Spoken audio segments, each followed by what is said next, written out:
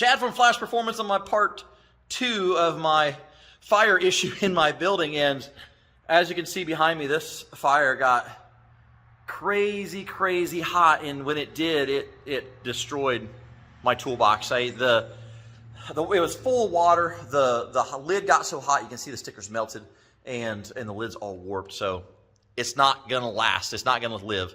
The drawers are all sticky because the plastic runners got melted in that toolbox as well. So it's time for a new toolbox. And man, I was thinking about this, and what do I want to do?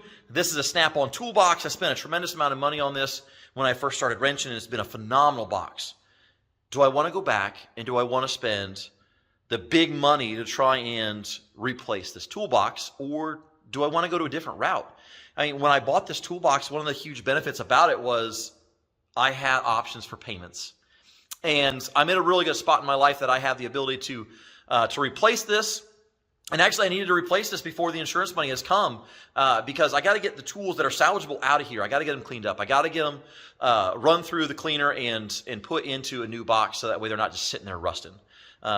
If you've gone through a fire, you know that time is of the essence. One of the first things that I did as soon as the fire department had cleared us is I opened every drawer of this toolbox and I WD-40'd every tool in that toolbox to try and save any hand tool that I could.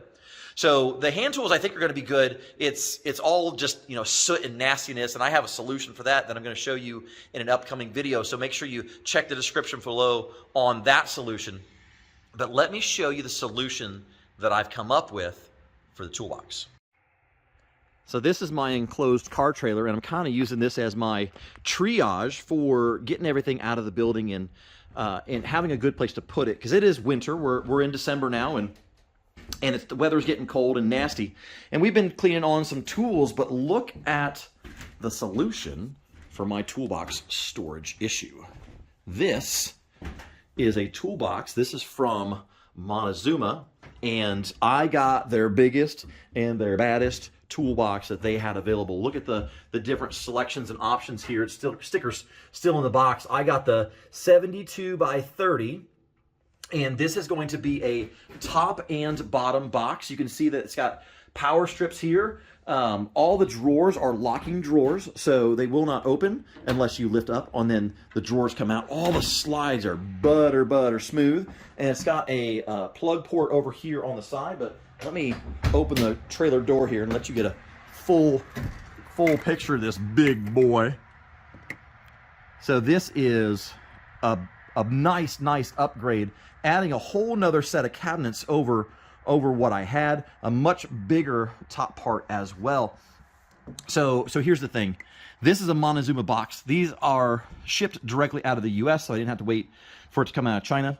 I got this from Mobile Tool Network. I'm going to put a link in the description below so you guys can check these out as well.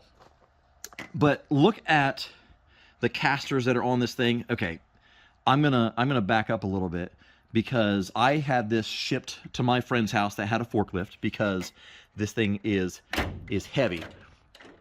And you can see that these are packaged very well. They come in on a pallet. These are 2 separate boxes. So this is how the top box comes. So this is going to be a 72 by 30 top box with the top open. And look how well it is packaged. It's on a crate, in a box. And it's wrapped as well. So the freight comes in a very nice package. And not only is this packaged well, it is shipped. I don't know who they got their shipper. I've been dealing with a lot of freight shipment lately, and it has not been pretty. But these came pristine. And look at these boxes. And you'll notice that it's saran wrapped. And then there's a box inside that saran wrap. And then as we take this box off, there's another box inside the box.